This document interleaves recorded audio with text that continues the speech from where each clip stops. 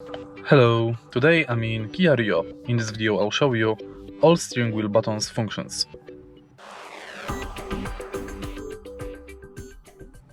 In the beginning, let's take a look at the left side of the steering wheel. Right here we've got this panel thanks to which we can manage the radio. Firstly we can change radio volume, radio stations,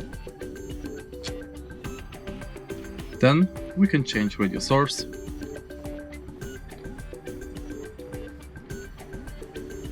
or mute the radio. Below it, we've got two buttons responsible for answering and declining calls. Next, thanks to trip and reset button, we can manage the speedometer display, check fuel economy, average speed, and many more info. Also, we can reset them. Then we've got this side of the panel, thanks to which we can enable speed limiter and cruise control. Also we can adjust it, increase the speed, decrease it, or cancel it.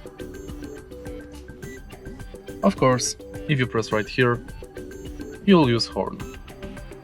And that's it. If you find this video helpful, please leave like, comment and subscribe.